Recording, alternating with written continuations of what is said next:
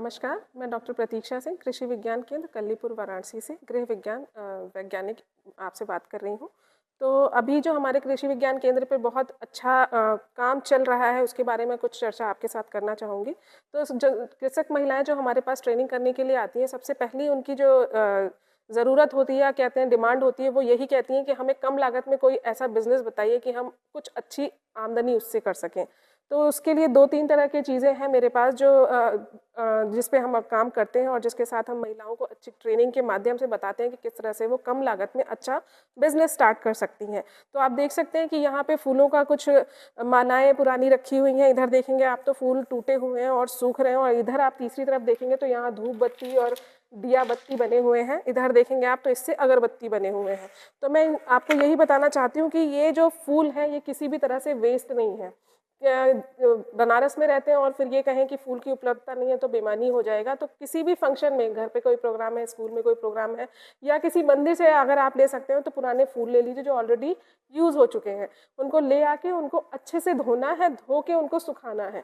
इनमें कोई भी बाध्यता नहीं है कि आप इसको धूप में सुखाएंगे या छाँव में सुखाएंगे। आप इनको धूप में, कड़ी धूप में डालिए और इनको सुखा लीजिए। इस तरह से अगर आप छोटे छोटे इनको खोल लेंगे तो ये जल्दी सूख जाएंगे और सड़ने वाली जो प्रोसेस या फंगस वाली प्रोसेस होती है वो नहीं होगी। इनको करने के बाद अगर आप यहाँ पे देखेंगे तो ये 2 तरह के पाउडर रखे हुए हैं। एक तो ये है फूलों से बना हुआ पाउडर है और ये है जिगत पाउडर। ये 2 चीज़ों का उपयोग करके ही हम अगरबत्ती, धूप बत्ती, दिया बत्ती बनाते हैं।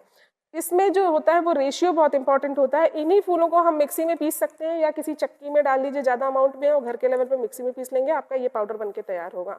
पाउडर और जिगत पाउडर इन दोनों को मिक्स करना है। 75% आपका फूलों का वेस्ट होना चाहिए, 25% आपका जिगत पाउडर होना चाहिए। इसको आपको अच्छे से, जैसे आटा गूंदा जाता है वैसे गूंदा जाना चाहिए। थोड़ी सी दिक्कत यहाँ आती है क्योंकि जब हम आटे की बात करते हैं तो दिमाग में आता है कि शायद गेहूं का आटा, तो उसमें ग्लूटेन होता है और बहुत अच्छे से बाइंडिंग का काम करता है, बाइंडिंग हो जाती है और इजीली वो गूंथा जा सकता है। पर यहाँ पे थोड़ी सी डिफिकल्टी होती है क्योंकि इसमें पानी का एब्जॉर्प्शन कम है, तो हमको सतर्कता के साथ यहाँ पे गूंदना है।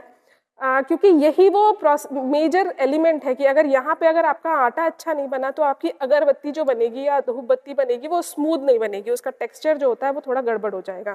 तो इस थोड़े थोड़े पानी को डालते डालते और आज को गूंथना है।